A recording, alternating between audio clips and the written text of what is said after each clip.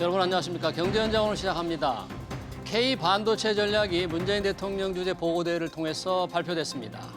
핵심은 압도적인 민간 투자와 세액 공제 등을 통해서 K반도체 벨트를 구축한다는 겁니다. K반도체는 치열한 패권 경쟁에서 종합 반도체 강국으로 거듭날 수 있을까요? 정부가 발표한 지원 내용 그리고 실효성을 따져보겠습니다. 유튜브 실시간 댓글로 의견 주시면 토론에 반영하겠습니다. 경제현장 오늘입니다.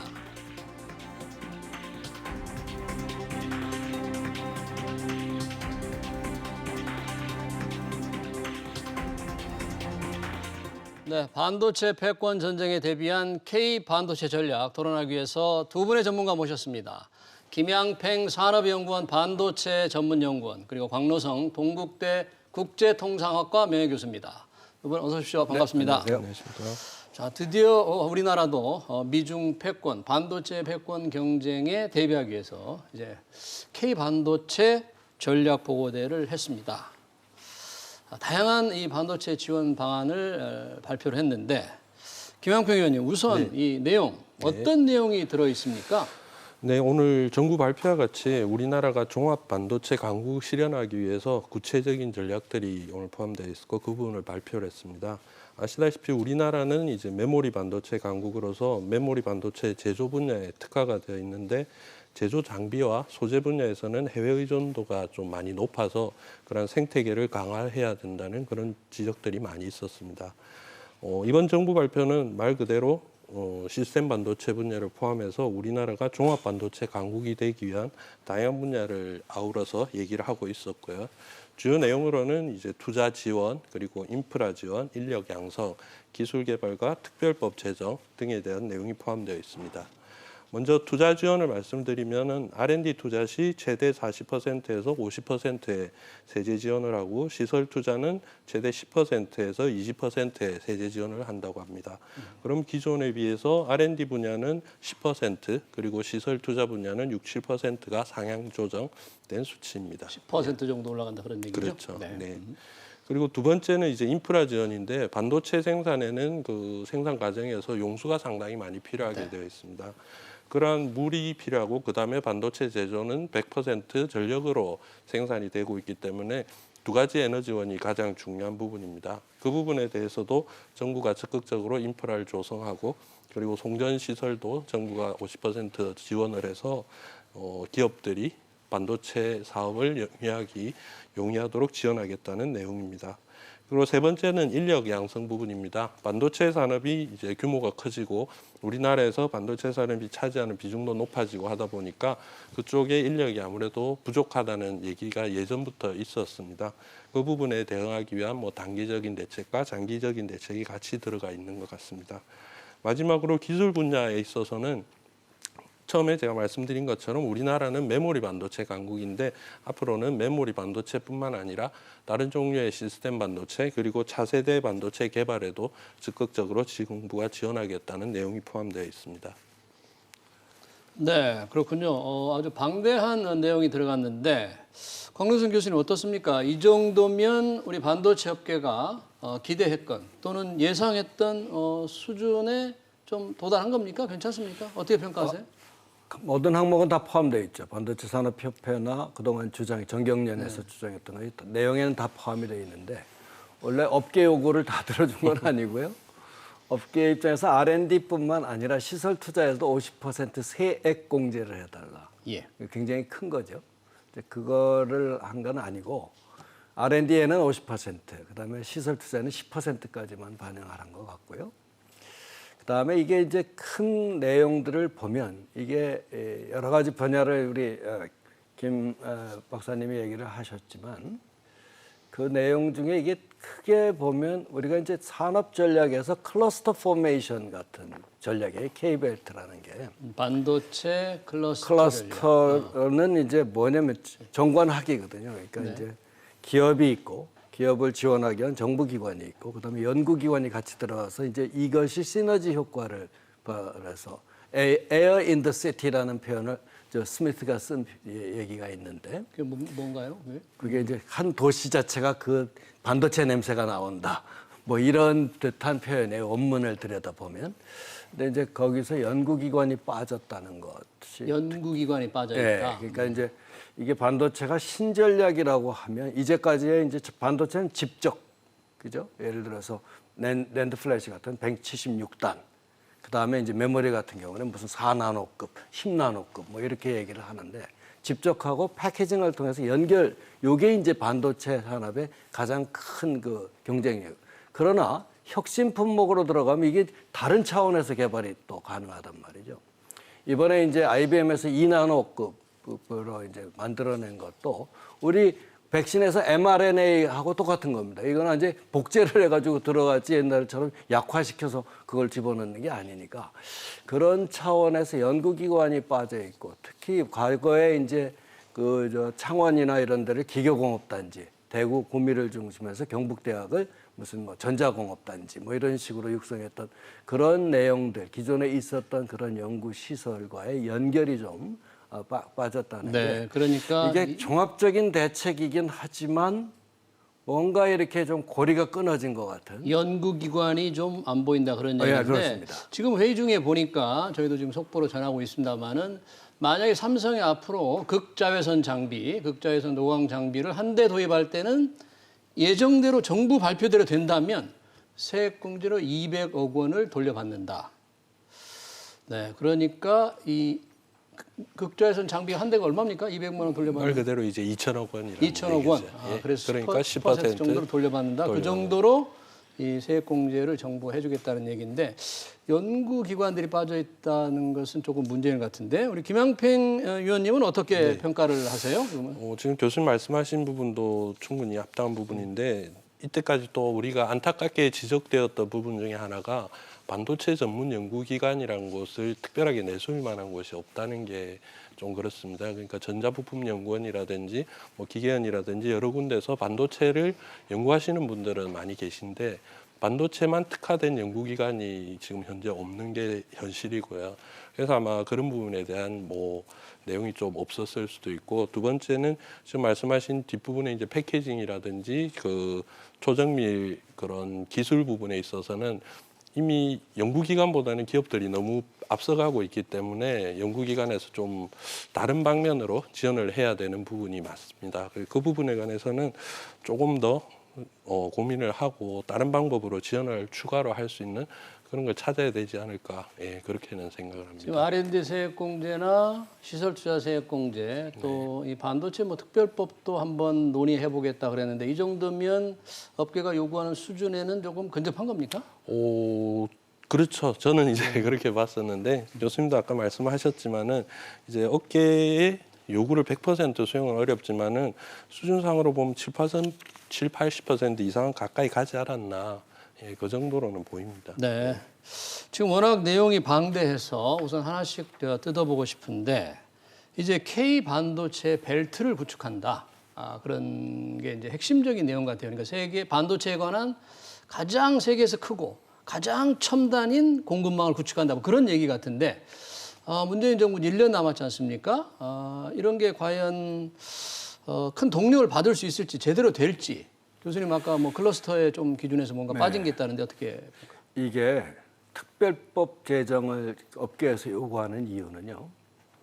이게 이제 특별법이라는 것이 이제 일반법하고 달리 그거에 집중해서 만드는 거거든요. 특정 목적을 위해서 만드는 게 이제 특별법인데 아니면 특정 자원을 관리하기 위해서 자금을 관리하기 위해서 만드는 게 특별법인데 특별법을 요청하다는 이야기는 정권과 상관없이 지원과 이것을 추진하고 싶다. 그걸 해달라는 얘기거든요. 물론 뭐 특별법 제정의 요구에는 여러 가지가 있어요. 이게 규제 같은 것이 용수나 전력 같은 건 타 부처도 산업부가 아닌데도 걸려 있기 때문에 그런 여러 부처에 걸려 있는 규제를 한 법으로 해결하기 위한 그런 목적도 있지만 사실은 좀 롱런하게 중장기적인 지원을 반도체에 해달라 하는 얘기인데 이게 우리 저 앵커캐스트 기억하실지 모르지만 70년대 우리 저 중화학공업 육성을 할 때도 이게 우리가 중화학공업을 할 수 있는 게 대기업밖에 없단 말이죠. 그래서 그 당시에 성장 전략으로 나중에 평가되기를 불균형 성장 전략이라고 해서 특정 대기업, 예를 들어서 현대는 중공업 해라, 조선 해라.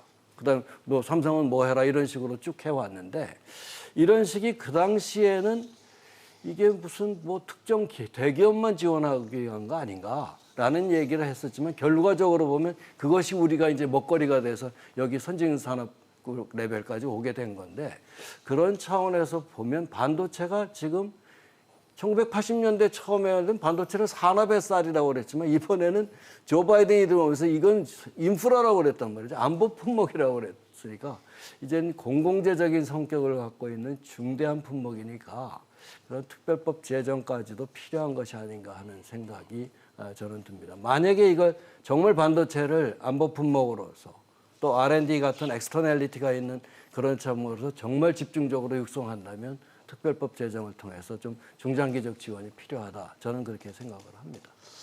특별법이 되려면 역시 국회가 협조를 해야 될 텐데 정부가 아무리 빨리 움직인다고 하더라도 국회가 이 부분의 필요성을 인정해 줘야 되잖아요. 네, 그렇습니다. 상당히 좀 기다려봐야 될 것 같고 이번 발표 내용 중에서 주목을 끄는 걸 보니까 ASML 네. 이 극자외선 장비를 독점적으로 생산하는 네덜란드 회사 아닙니까? 네, 맞습니다. 이 회사가 쪽에 이 투자를 한다. 화성이라는 게 이 반도체 밸리에 투자를 한다는데 이게 도대체 어느 정도 의미가 있는 겁니까? 도대체 이 회사는 얼마나 중요하고 뭔가 좀 주목을 끄는 회사 같은데. 네, 그렇죠. 이제 ASML이 주목을 받은 이유는 말씀하신처럼 EUV라는 극자외선 장비를 노광 장비를 세계에서 유일하게 생산하는 업체고 이러한 EUV 장비가 없으면은 우리가 지금 얘기하는 10나노 이하, 뭐 7나노, 5나노 그런 초미세 반도체를 만들 수가 없습니다. 따라서 이제 그 기업은 상당히 주목을 받고 우리가 많이 이제 우리도 지난번에 이재용 부회장이 직접 찾아가서 장비를 달라고 요청을 할 정도의 수감되기 전에 방문을 그렇죠. 한 거죠? 예, 네덜란드 방문했습니다. 예. 그 정도의 기업인데 뭐 투자 금액 자체는 2,400억 원으로 지금 얘기가 되고 있기 때문에 조금 방금 전에 말씀드린 것처럼 거기에서 만드는 기계 한 대는 2천억 원 수준입니다. 그러니까 투자 금액은 그 기업에서 만드는 기계에 비해서는 뭐 큰 금액은 아니라고 할 수 있겠지만은 여기서 해야 되는 부분들은 이제 R&D 시설 그리고 이런 ASML이 EUV를 만들기 위해서 반도체 기업과 그러니까 ASML 입장에서는 우리 SK하이닉스나 삼성전자가 고객사가 되는 거죠. 그들과 이제 같이 연구를 하고 그리고 우리 기업들이 필요한 그리고 우리 기업에 맞는 주문을 생산을 할 수 있도록 ASML에도 기술적인 협력 관계를 유지를 할 수 있고요. 그리고 그러한 기업들이 속속 우리나라에 들어오게 된다면은 우리나라 K 반도체 벨트가 처음에 말씀드린 것처럼 뭐 반도체만 우리가 잘 만드는 게 아니고 그런 주변 산업도 같이 성장이 돼서 정말로 종합 반도체 강국이 될 수 있는 그런 기반도 될 수 있는 부분이죠. 지금 말씀 듣고 보니까 이 ASML이 반도체 회사에는 아주 갑중의 갑이네요. 그렇죠. 왜냐하면 이 ASML이 들어온 아까 조금 전에 김 박사님도 얘기를 하셨지만 이게 2,400억 규모의 R&D 투자를 연구기관 투자를 한다고 그랬는데 여기 이게 보니까 의미가 교육 훈련 센터로 돼 있더라고요. 네? 투자하는 곳이. 네. 저는 뭐 장비를 만드는 건 장비 아닌 것 만드는 같아요. 연구센터거든요. 예. 그게 뭐냐면 이번에 IBM에서 왜 이 2나노급 초정밀 반도체 만들었잖아요. 근데 그게 삼성이 그 파운드리로 만들 가능성이 크게 돼 있어요. 그동안의 관계 때문에. 그런데 이때 이 EUV 이게 없으면은 회로 그리지를 못해 이게. 그래서 이거는 반드시 이게 이제 소위 말해서 초정밀 반도체 만드는데 이거 필수인데 금액은 별거 아니지만 나는 이거에 굉장히 큰 의미를 두거든요. 이게 이제 반도체 소재 부품 소부장 중에 가장 중요한 게 요 극정밀은 요 장비거든요. 그래서 ASM을 어떻게 끌어들였지 그러면서 네. 저도 좀 기쁜 소식이면서 예. 거기에다 이제 미국의 머티리얼즈라고 또 유명한 장비 업체 또 같이 화성에 들어오기로 되어 있기 때문에 그쪽 지역이 이제 뭐 반도체 장비가 이때까지 우리나라는 조금 열악했다면은 그쪽에서부터 씨앗이 돼서 장비도 강화될 수 있는 그런 계기가 될 수 있을 것으로 보입니다. 그러니까 화성이 이런 EUV의 클러스터로 네, 그렇죠. 좀 더 거듭날 수 있다 그런 얘기인데 네, 맞습니다. 이 외국 기업의 투자가 종종 우리 정부 국내에서 먼저 발표돼 가지고 무산되는 경우도 있었어요.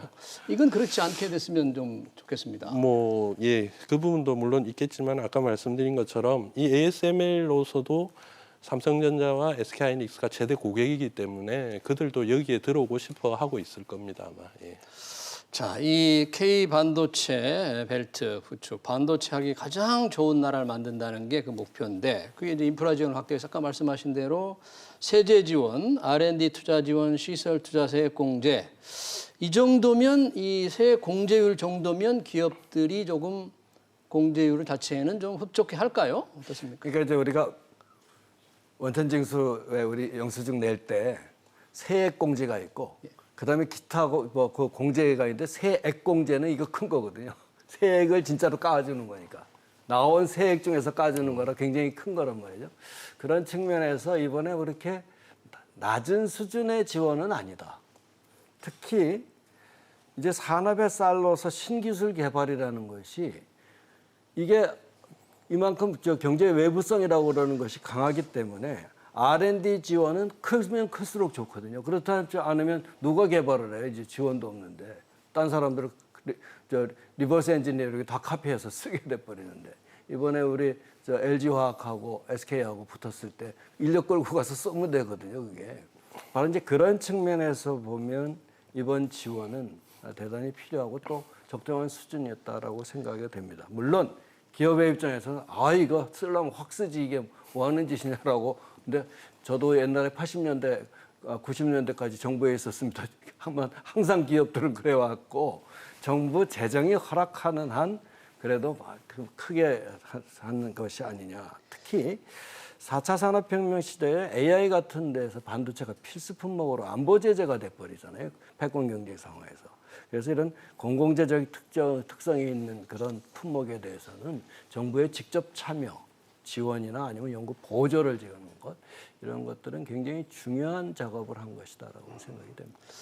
이 반도체는 지금 뭐 미중 간에 워낙에 지금 패권 전쟁의 전장터가 지금 되어 있기 때문에 서로들 지원을 늘려가잖아요. 그러니까 우리도 지원하는 게 필요한데, 그러면 다른 산업이 볼 때는 도대체 왜 반도체만 지원하느냐? 우리도 특별법을 만들어 달라. 뭐 이렇게 요구할 수도 있지 않을까요? 이제 충분히 이제 그런 상황이 벌어질 수도 있는데, 일단 반도체 산업이 우리 경제에 차지하는 비중도 많이 커진 부분이 하나가 있고, 두 번째는 또 반도체로서 우리 세계 위상도 있고, 그게 앞으로의 우리나라 먹거리라는 것에 대해서는 상당한 공감대를 가지고 계실 겁니다. 그렇기 때문에 지금 이제 조금 전에 말씀하신 것처럼 미국이나 일본이나 예전의 반도체 강국들이 다시 반도체에 투자를 하기 시작했다는 거죠. 그러면은 우리가 지금까지 쌓아놓은 그러한 이제 어떤 업적이나 실적들이, 그리고 시장 점유율이 그들한테 다시 빼앗길 수가 있거든요. 그렇게 해서 빼앗기고 우리 반도체 산업이 뭐 정말 위태로워진다, 위기가 온다, 그렇게 되고 나면은 이걸 다시 되살리기에는 지금 투자하는 금액보다 더 많은 돈이 필요하게 될 거예요.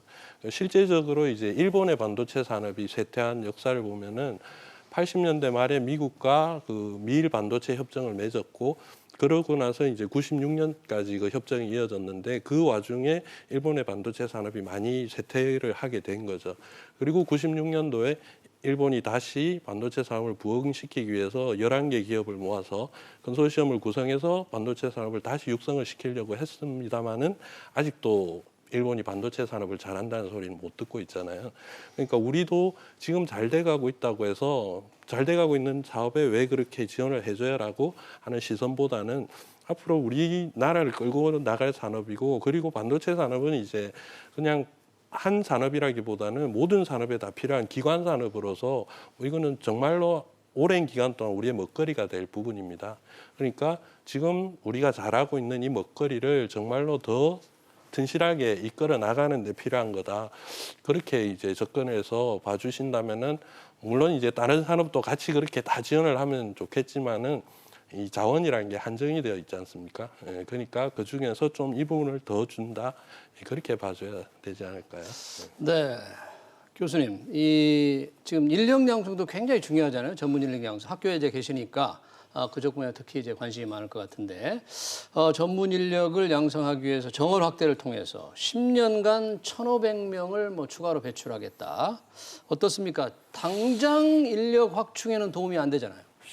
그렇죠. 우선은 10년간 1,500명을 하려면, 육성을 하려면 추가로, 그러려면 수도권 대학에 입학 청원을 늘려줘야 되거든요. 근데 이제 지금은 지방대학이 국립대마저도 지금 막 학생 충원을 못하는 그런 상황이라 수도권에 또 정원을 늘려주면 지방대학이 가만 안 있을 거예요. 생각해 보세요. 반도체 정원 늘려준다고 그래서 수도권에 있는 뭐 대학들, 공대에 있는 대학들을 늘려준다고 그러면 지방은 그렇지 않아도 뽑지도 못하는데 또 죽으라는 얘기나 해서 지금 당분간은 그거는 어떤 방식으로 해야 되냐면 제 경험으로 볼 때 이 대학에서 학과 간 정원 조정 방법이 있어요. 예를 들어서 반도체 뭐 계약학과나 이렇게 만들 때 정원에 이제 늘릴 수는 없으니까 각 대학에서 예를 들어서 딴 과에서 정원을 떼줍니다. 이렇게 해서 이제 하는 방법이 단기적으로 가능할 것 같고요. 장기적으로는 정원 예외로 뽑는 방법이 있어요. 우리가 옛날에 이제 제가 있을 때 전문계 고고교 출신, 상고 공고 출신들의 대학 진학 그에 신경 쓰지 말고 직장 생활 3년을 하면 대학에서 무시험으로 성적만 보고 뽑아주겠다. 뭐 이런 게 있었거든요. 그런 방법으로 특별 정원이나 이런 걸 만들어서 해주는 방법도 있어요. 그런데 이 방법을 하기 위해서는 소위 말해서 지원을 하려면 확실히 지원을 해야지. 왜냐하면 교육 프로그램도 안 되는데 사람만 늘려봤자 아무 소용도 없는 것이고 특히 교수 측면에서 보면 저는 뭐 상과대학이니까 그렇지만 공대에서 지난번에 AI 전문대학원 서울대 만들었을 때 못 뽑잖아요. 이게 파격적으로 교수 형평성이고 뭐고 교수가 아니라 기업인 대우 해줘버려서 확확 뽑아줘야 교육 프로그램도 되고 이분들이 와서 전 세계에서 와서 이 반도체 K벨트에 와서 대학에서 근무하고 제자도 배출하고 이게 가능해지거든요. 그래서 이런 자체는 그냥 정원의 문제에서 뭐 물량 채우기 이거는 중요하지 않은 것 같고 지금 단계에서는. 왜냐하면 우리나라 반도체는 메모리하고 낸드에 국한돼 있지만 상당한 수준까지 올라왔으니 이제는 이제 시스템 반도체 그다음에 이제 팹리스 이쪽 이제 설계 쪽에 이제 인력을 육성해야 된단 말이에요. 이건 쉬운 게 아니에요. 그렇다면 교육 프로그램뿐만 아니라 교수 충원까지의 통합적인 제도를 그래서 제가 아까 얘기한 대로 특별법에 의해서 이거는 모든 걸 풀어줘라. 뭐 대학 교수의 형평성에서 뭐 연봉 상한 얼마 이상 몇 호봉 이렇게 해서는 안 되거든요. 서울대학이 그때 대학원 만들면서 돈 얼마나 많이 갖고 있었어요. 근데 딱 막히니까 못 뽑는 거 보세요. 그러니까 칸막이도 없애고 획기적으로 규제를 풀어야만 지원하는 인력 양성이 될 수 있다는 그렇습니다. 거지. 숫자만 이렇게 몇 명 인력 양성하겠다는 건 되는 게 아니다 그런 거죠. 단기적으로는 학과 간 정원 조정으로 채울 수는 있어요. 근데 과연 그것이 얼마나 실효성이 있느냐 하는 것이죠. 자, 이 지금 민간 기업들이 오늘 이 보고대의 가장 핵심적인 것 중에 하나가 10년간 510조 원을 투자하겠다는 것도 있어요. 네. 그런데 보니까 이제 민간 기업들이 투자한다, 압도적으로 투자한다는 얘기인데 규모 자체가 이게 많은 겁니까? 아니면 어떻게 평가를 해야 되죠? 10년간에 걸쳐서. 10년간 이제 510조. 네. 예, 그러면은 1년에 이제 50조 규모로 이제 나올 텐데 물론 여기에는 K 반도체 벨트이기 때문에 삼성전자와 SK하이닉스가 이미 발표한 금액도 포함이 되어 있을 거고요. 그리고 용인 클러스터에만 해도 50개의 기업이 지금 참가하기로 예정이 되어 있고 그 기업들이 투자할 금액들 뭐 이런 부분들을 다 합쳐서 이제 그런 숫자가 나오게 된 거죠. 그리고 이 K 반도체 벨트라는 게 아까 교수님 말씀하신 것처럼 옛날에 뭐 수출무역 자유지구라든지 뭐 무슨 공업단지라든지 이렇게 지역적인 범위가 한정돼 있는 게 아니고 사실 아까 그림에서 나왔을 텐데 이게 우리나라 축으로 해서 이 지역을 전체를 다 아울러서 얘기를 하는 부분들이거든요. 그러니까 이제 국내의 반도체 기업들이 그 정도로 실질적으로 민간이 적극적으로 투자를 한다. 아마 이 부분이 좀 더 강조가 된 숫자이지도 않을까. 예, 그렇게 보여집니다. 그렇군요. 오늘 반도체 보고대회를 했는데 또 하나 이제 관심적인 사항이 21일 한미 정상회담이고요. 그 전에 바이든 대통령이 또다시 삼성전자와 반도체 회사를 또 불렀습니다. 지난번에도 한번 했는데 두 번째 호출인데 이거 무슨 의중이 있을까요? 지난번에 했던 건 이제 제이크 설리반 국가안보보좌관이 주제로 해서 물론 이제 그때 참여자 브라이언 디스라고 국가경제위원회 위원장도 참여를 했지만 주제를 안보보좌관 측면에서 반도체 공급을 국내 공급을 안보 차원에서 다룬 회의였다면 이번에 상무장관 주제로 하거든요. 그러면 이 얘기는 무슨 얘기냐면 빨리 실행해라. 국내 투자 빨리 실행하라는 얘기거든요. 그러면서 이제 500억 달러 그거 가지고 들고 나올 거예요. 자, 이렇게 우리 연방정부 차원에서 있으니 지방정부 지금 오스틴에 있는 삼성전자 공장이나 아리조나 뭐 이런 데 한 6곳에 TSMC하고 막 들어가서 하고 있잖아요. 그러니까 이거 줄 테니 빨리 실행하라고. 그러면 내일 발표하는 소위 말해서 한미 정상회담 때 이런 투자 발표도 하면 얼마나 모양새가 좋으냐. 제 경험으로 분명히 그럴 겁니다. 그래서 하루 전에 부른 것이 아닌가 하는 생각이 듭니다. 아, 그렇게 생각하시는군요. 그렇다면 삼성도 뭐 그동안에 오스틴 공장, 텍사스주에 있는 투자를 더 늘릴까 말까 계속 지금 따져보고 있는데 비단 한미 정상회담에 맞춰서 발표하려고 늦추는 건지 아니면 투자 자체를 좀 제고하고 있는 건지 반도체 전문가로서 어떻게 일단 반도체 그 공장이라는 게 지리적인 이점이라는 게 과연 있을까를 먼저 고민을 해봐야 되는데 실제적으로 반도체라는 제품은 티사 협정에 의해서 관세가 무관세인 제품이고요. 그리고 크기 자체가 워낙 작다가 보니까 물류 비용이 거의 들지가 않습니다. 그렇기 때문에 이동에서 상당히 자유로운 제품이 굳이 소비자 근처에 공장을 만들 필요가 있을까라는 품목 중에 하나거든요. 그래서 실제로 우리나라가 반도체 공장을 해외 진출하는 데는 중국하고 미국밖에 없고요. 다른 나라에는 이제 그런 게 없는 부분도 영향을 미칠 테고 그리고 지금 이제 지난번 회의에서도 그랬지만은 이번 회의에서도 삼성전자가 불려갑니다만은 투자에 대한 압박이 있다고 대내외적으로 이제 언론들도 외신도 그렇게 얘기를 하고 있습니다만은 그게 삼성이 과연 미국에 투자를 했을 때 어떤 메리트가 있을까 그 부분도 한 번 더 체크를 해봐야 되는데 미국에서 이제 칩스 그 법안으로 세액 공제를 해주겠다라고 얘기를 했는데 지금 우리 정부도 이렇게 세액 공제를 해주겠다고 얘기를 하고 나오지 않습니까? 그랬을 때는 과연 미국이 죄송합니다. 삼성전자가 미국에 투자를 그렇게 할 필요가 있을까? 저는 그것도 한번 다시 점검해 봐야 될 필요가 있다고 보고 물론 이제 기업의 해외 진출하고 또 동반 진출해서 다른 기업들도 외연을 확장하는데 필요성이 없다고는 할 수 없습니다만은 이렇게 국내에서 K반도체 벨트라고 튼튼한 기둥을 만들어주고 있는 상황에서는 한 번 더 재고를 해볼 필요도 있다고 생각합니다. 저도 그런 생각이 들어요. 왜냐하면 뭐 멋진 K벨트 구축했는데 덜렁 미국에만 투자하겠다고 삼성이 그래버리면 무슨 놈의 반도체 벨트냐 이렇게 얘기할 수도 있지 않을까 그런 생각 드는데 만약에 미국의 압력을 받아서 투자한다면 자, 미중 패권 전쟁이잖아요. 중국에서는 또 삼성전자에 어떤 압력을 넣을까? 어떻게 이게 우리 80년대 들어서 재패니스 커밍 하면서 일본 제조업체가 소니로부터 나중에 이제 1, 2차 오일 쇼크 이후에 좀 더 에너지 효율 높고 그다음에 고장 안 나는 일본 자동차들이 물밀듯이 들어갔잖아요. 그때 나온 게 이제 발렌터리 엑스포트 리스트레인트라고 하는 수출 자율 규제 협정 조치가 있었는데 그때 혼다가 오하이오에 얼른 들어가가지고 오하이오에 공장을 지으면서 그 쿼터를 벗어나는 걸 했거든요. 결국은 결론이 뭐냐면 그런 데서 현지 투자를 통해서 나중에 보다 높은 렉서스 같은 높은 단가 높은 자동차를 수출하게 됐단 말이죠. 그러니까 이건 전략적인 차원에서 보고 지금 단지 왜 우리 저거 뺏겨가지고 저러냐 그러지 마시고 미국에서 투자해달라고 그럴 때 해줘서 나중에 이것이 아까도 얘기했다시피 반도체는 요만하기 때문에 관세도 없고 운송비도 트랜스포테이션 코스트라고 해요. 운송비도 없어요. 그러니까 투자할 때 한다고 가정해서 중국이 어떻게 나오겠느냐. 그러니까 중국은 TSMC가 아주 그걸 잘하거든요. 미국에 붙어 있지만 중국 공장도 또 확장을 해요. 또 난징에 있어요. 그 TSMC도. 마찬가지로 중국도 해달라고 그럴 겁니다. 그러나 중국은 방법이 달라요. 너 반도체 미국하고 똑같이 우리 투자해라고 하는 게 아니거든요. 중국은 성동격사라고 얘기 들어보셨죠? 딴 데로 찔러.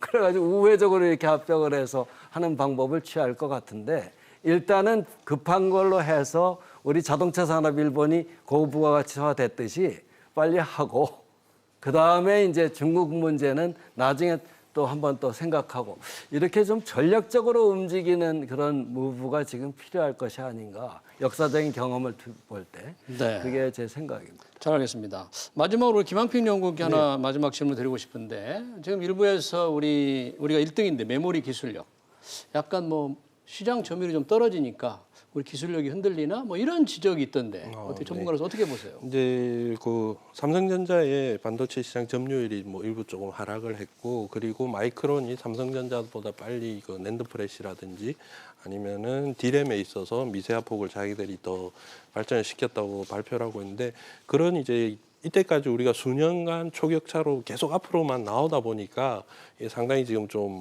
위태로운 그런 생각도 들긴 합니다만은 이때까지 쌓아온 게 있고 앞으로도 뭐 그 부분은 계속 잘해 나갈 수 있을 것 같고 또 삼성전자뿐만 아니라 뭐 SK하이닉스도 그 정도 실력에 다가가고 있으니까요.